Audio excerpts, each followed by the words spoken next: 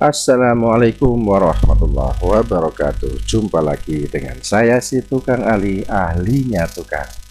Pada kesempatan kali ini kita masih tetap membahas mengenai masalah mekanika teknik sipil untuk statis tertentu, konstruksi statis tertentu.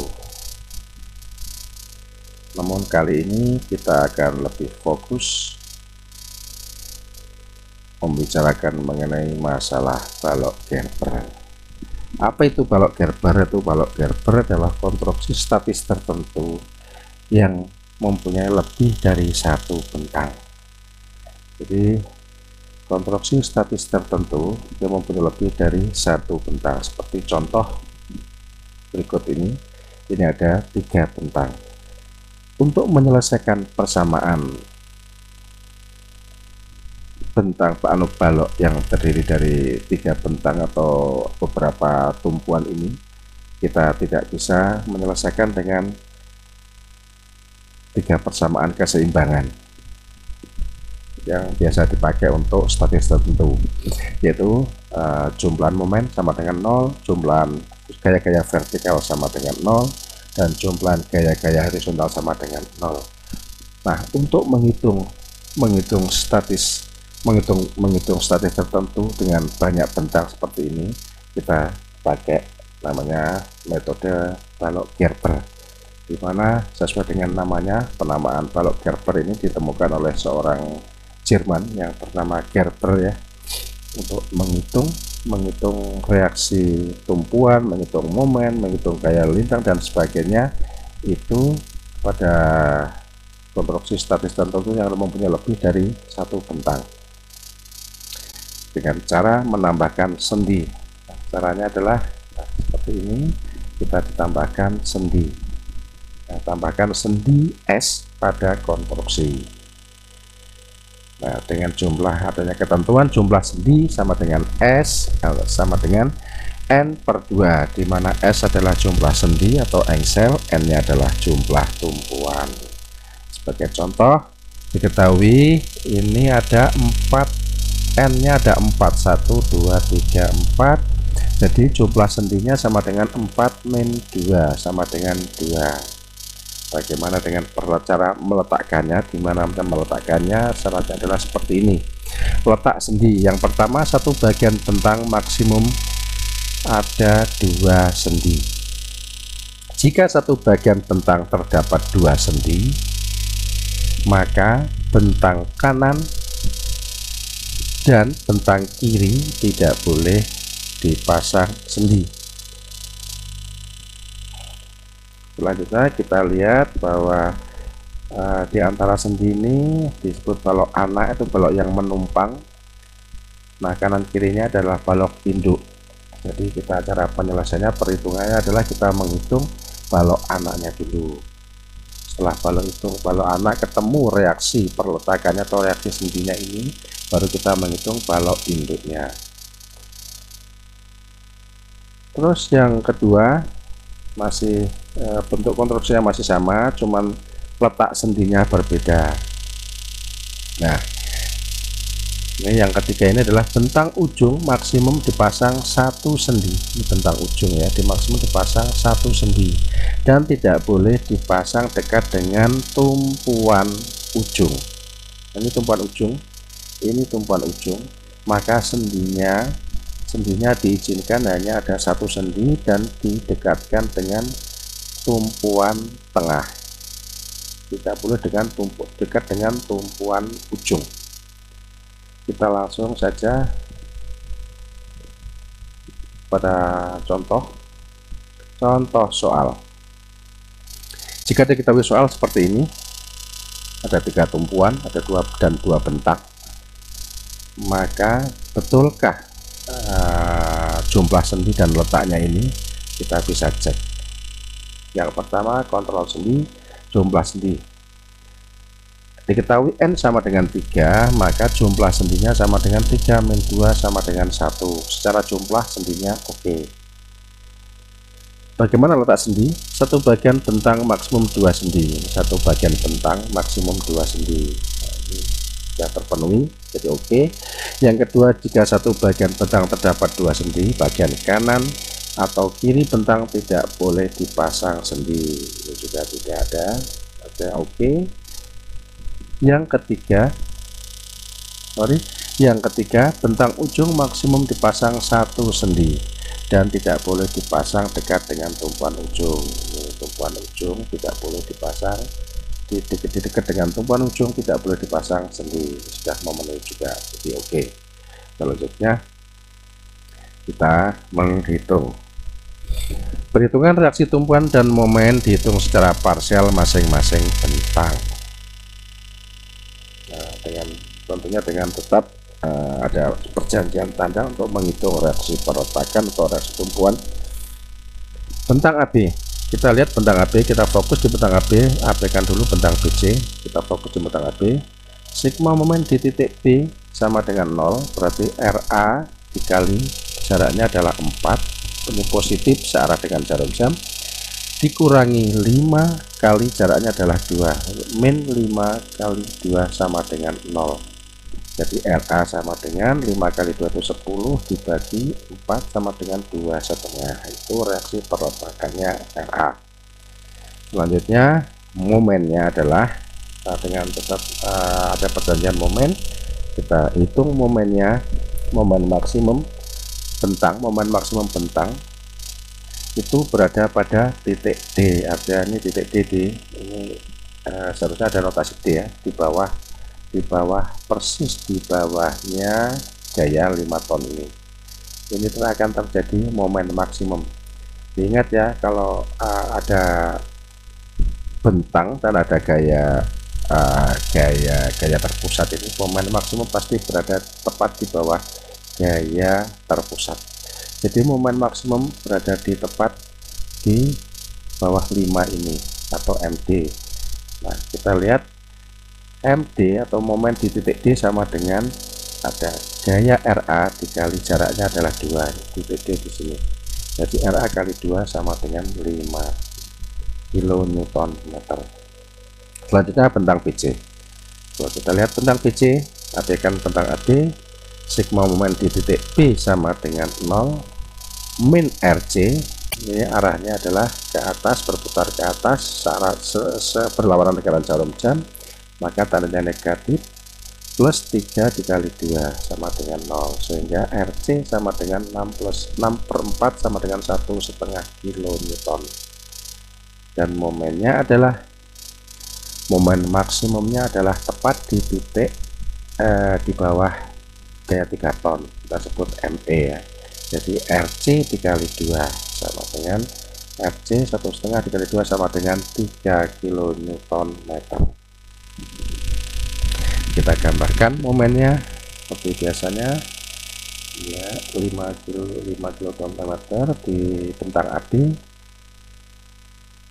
dan 3 kN/m di bentang BC. Ya, selanjutnya diambil bentang yang mempunyai momen maksimum ini untuk menghitung momen minimum tumpuan atau momen minimum tumpuan di titik D. Ini bukan yang diambil, bukan besarnya 5 kilo, tapi bentang inilah nanti kalau kita sudah kita menghitung, kita sudah hitung momennya, itu akan sama dengan momen minimum di titik D. Jadi MAB, momen bentang AB sama dengan momen tumpuan D. Selanjutnya kita menghitung jarak sendi A. Ini bentang AS. Bentang AS ini, bentang A sampai dengan sendi BAS ini, menghitung reaksi tumpuan.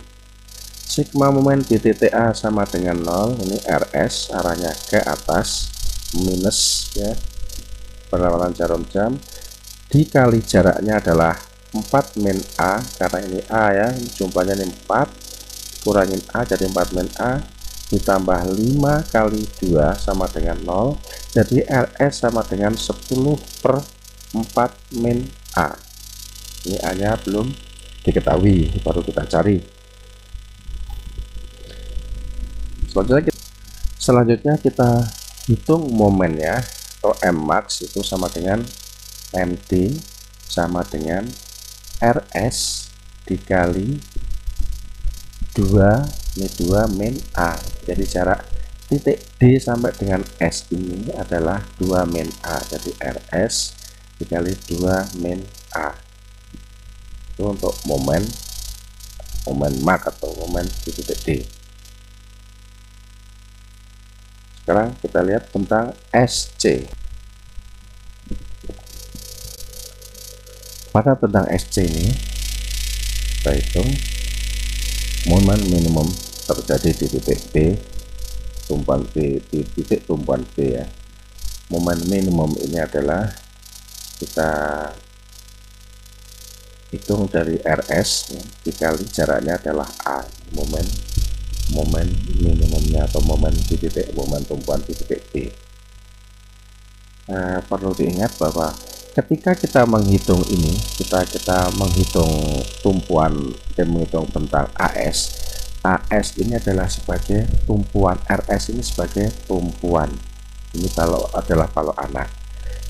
Nah, balok anak ini akan menumpang pada balok induk. Balok induknya itu adalah tentang SC, sehingga pada balok induk ini merupakan, jadi RS menjadi beban. Jadi jangan salah ini ya, jangan bingung arahnya kenapa berubah, karena ketika kita menghitung RS di tentang AS ini, RS ini sebagai tumpuan, namun sebagai tumpuan pada balok anak. Namun pada balok induknya ini RS ini akan menumpang balok SC, ini balok induknya, sehingga ini sebagai beban. Syaratnya itu tadi adalah momen maksimum sama dengan momen minimum. Jadi momen maksimum MD ini adalah sama dengan momen minimum MB. Jadi MB sama dengan MB sama dengan MD. RS dikali A ini dari sini, RS dikali A ini MB sama dengan MD. MD nya adalah RS kali 2 min A, RS kali 2 min A. Nah, ini dari sini kita akan mendapatkan nilai angka A. RS nya ini kita coret, jadi A sama dengan 2 min A. Jadi 2A sama dengan 2, A sama dengan 1. Nah, sekarang nilai A sudah terjawab, sama dengan 1 meter. Selanjutnya kita akan menghitung reaksi perletakan setelah nilai A diketahui. Jangan lupa tetap pakai perjanjian tanda pada bentang AS. Tadi diketahui bahwa sigma momen di titik A sama dengan 0 ya, RS dikali min RS dikali 3 plus 5 dikali 2 sama dengan 0. RS sama dengan 10/3 sama dengan 3,33 kN. Ini RS nya kali 3. Kenapa? Karena S jarak A tadi sudah diketahui 1 meter, berarti ini adalah jarak dari A ke titik S ini adalah 3. Oke, selanjutnya sigma momen di titik S sama dengan 0. RA sama dengan RA kali 3 di titik S ini, berarti RA dikali jaraknya adalah 3 dikurangin 5 kali 1, dari titik D ke titik S ini adalah 1 sama dengan 0. Jadi RA sama dengan 5/3 atau sama dengan 1,67 kN. Sekarang kita lihat tentang SC ya. Sigma momen di titik B sama dengan 0, titik B sama dengan 0, ini min RC dikali 4, RC ini dikali 4 plus 3 dikali jaraknya adalah 2 dikurangin RS, ini RS adalah arahnya berputarnya ke sementara jarum jam, jadi minus RS dikali 1 sama dengan 0. Jadi RC sama dengan 3 kali 2 itu min, ini RS nya adalah RS nya tadi diketahui 3,33 kali 1 ya, 3,33 kali 1 dibagi 4 sama dengan 2,67 per 4 sama dengan 0,67 kN. Jadi FC diketahui. Sekarang sigma momen di titik C sama dengan 0, jadi RB dikali 4, ini RB arahnya searah jarum jam positif, minus 3 dikali 2 minus RS, ini RS ya, dikali ini 4 tambah 1 sama dengan 5, jadi RS dikali 5 sama dengan 0, jadi RB sama dengan 6, ini 3 kali 2 6, RS 3,33 dikali 5 dibagi 4 sama dengan 22,65 per 4 sama dengan 5,66. Jadi sudah diketahui semua reaksi tumpuannya. Besarnya reaksi tumpuan sudah terhitung semua. Sekarang kita menghitung gaya lintang.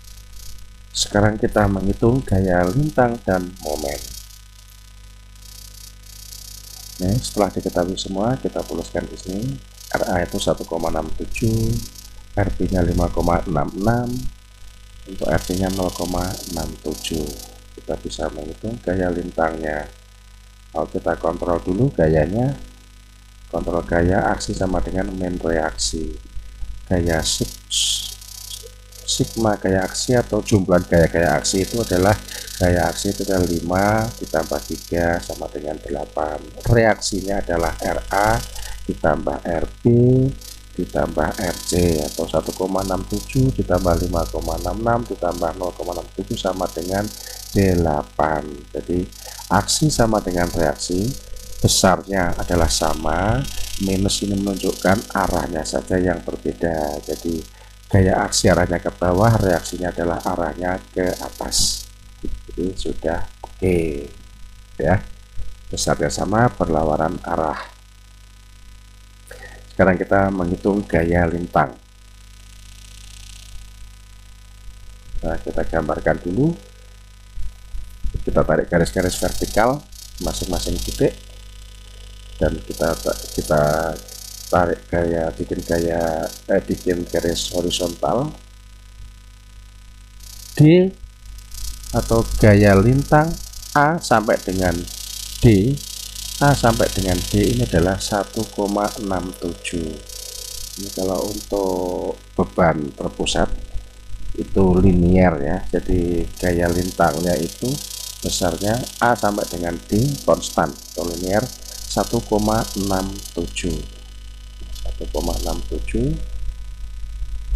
ya. A sama D sampai dengan D 1,67, kita akan tanda positif. Ingat tanda positif untuk gaya lintang ya. Gaya lintang arah kiri, arah ke atas itu positif. Selanjutnya kita langsung arsir. Nah, untuk yang gaya lintang dari D sampai dengan B ini adalah 1,67.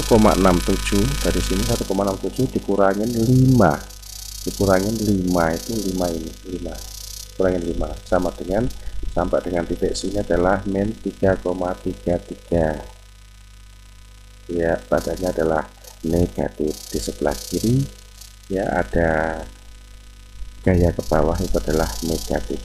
Kita kasih garis juga. Selanjutnya gaya lintang B ke E, dari min 3,33 ini ditambahkan gaya RB ya, gaya 5,66, jadi sama dengan 2,33. Ini 2,33, kita kasih tanda, kita arsir. Selanjutnya adalah yang terakhir adalah gaya lintang D sampai dengan E sampai dengan C 2,33. Dari sini kita langsung turunkan 2,33 ini, 2,33 ini dikurangin ya minus 3, minus 3 adalah ini minus 3 sama dengan 0,67, 0,67. Nah, itulah gaya lintangnya. Selanjutnya kita menghitung momen. Ya, bagaimana kita ketahui momen A sama dengan 0. Ya, status 0.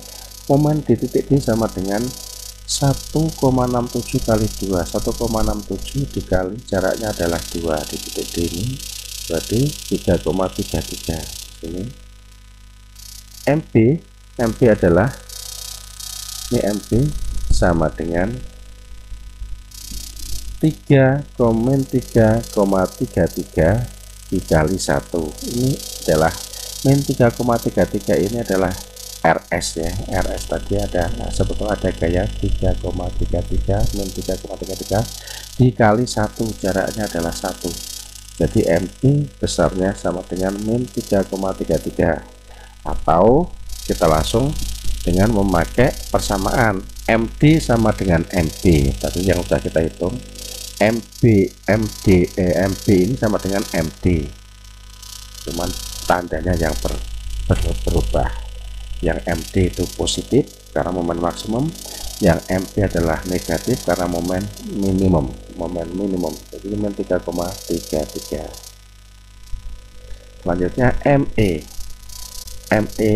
kita bisa menghitung dari sebelah kanan. ME adalah 0,67 dikali jaraknya 2 di titik E ini 1,34. Selanjutnya MC sama dengan 0. Kita hubungkan garis-garis ini dan kita pasangkan tandanya yang di bawah garis netral ini adalah positif untuk momen ya. Lihat, kita kasih akses sekalian, di atas garis netral adalah negatif, kita arsir. Ini kita arsir juga ya.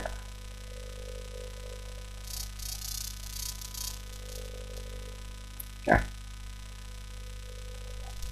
ini sudah selesai terhitung semua, mulai dari reaksi tumpuan, gaya lintang, dan momen sudah terhitung semua.